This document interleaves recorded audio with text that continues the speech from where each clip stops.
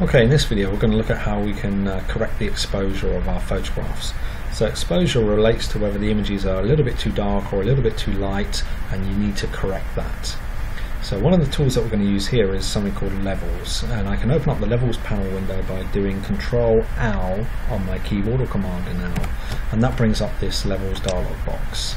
Now you may look at this image and you may think, well, there's nothing wrong with that, there isn't an exposure problem, but often there are issues with the photograph. You just don't see them until you've brought up this dialog box.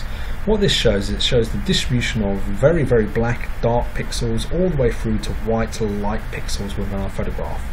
So what we can see is when we look at this is that we've got our photograph contains a majority of sort of dark and greyish pixels. So this curve is skewed more towards these sort of shades of grey and this black over here, and we have very, very few light pixels.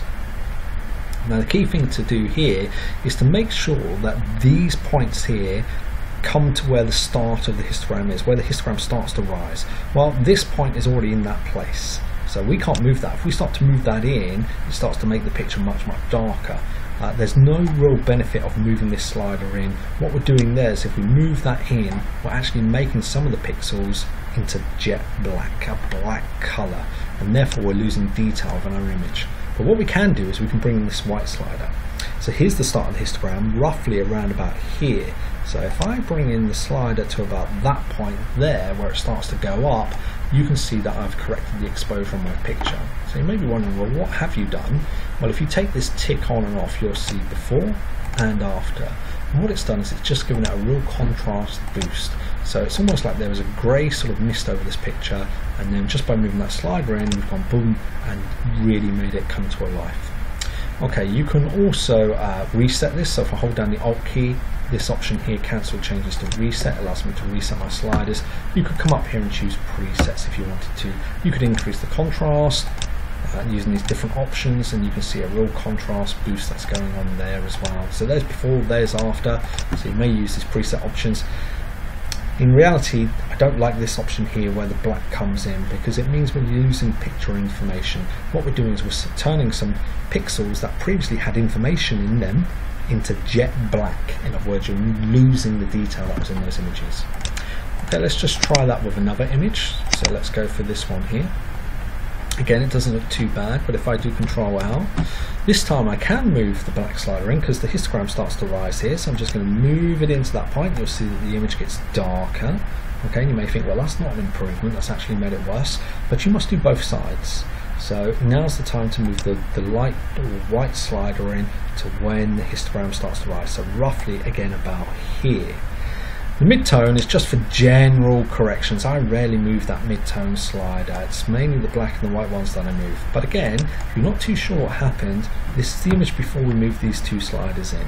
So that's what it did look like. That's what it looks like now. So you can see now clearly that grey mist that I was talking about earlier, it just disappears. So it's good.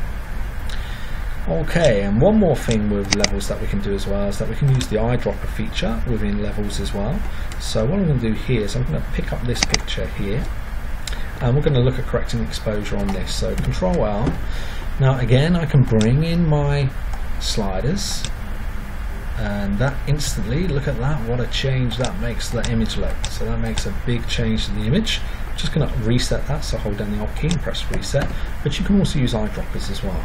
So if you know that something in the picture is definitely white, something is definitely black, or something is definitely a mid-tone grey within your photograph, you can use those as reference points. So you may know that you have a jet black object, you have something that is jet white, you can then use the eyedroppers and say, right, I'm going to set my white point by clicking on the white of his collar, because I know that that is a white shirt and a white collar.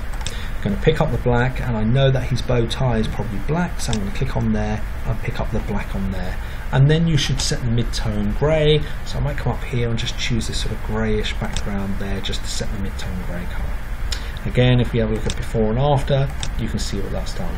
So using the eyedroppers is another way for you to sort of correct the exposure within a photograph, as long as you know that something is definitely white, black, or mid-tone grey within the picture. You can click on it and set your reference points using these eyedropper tools.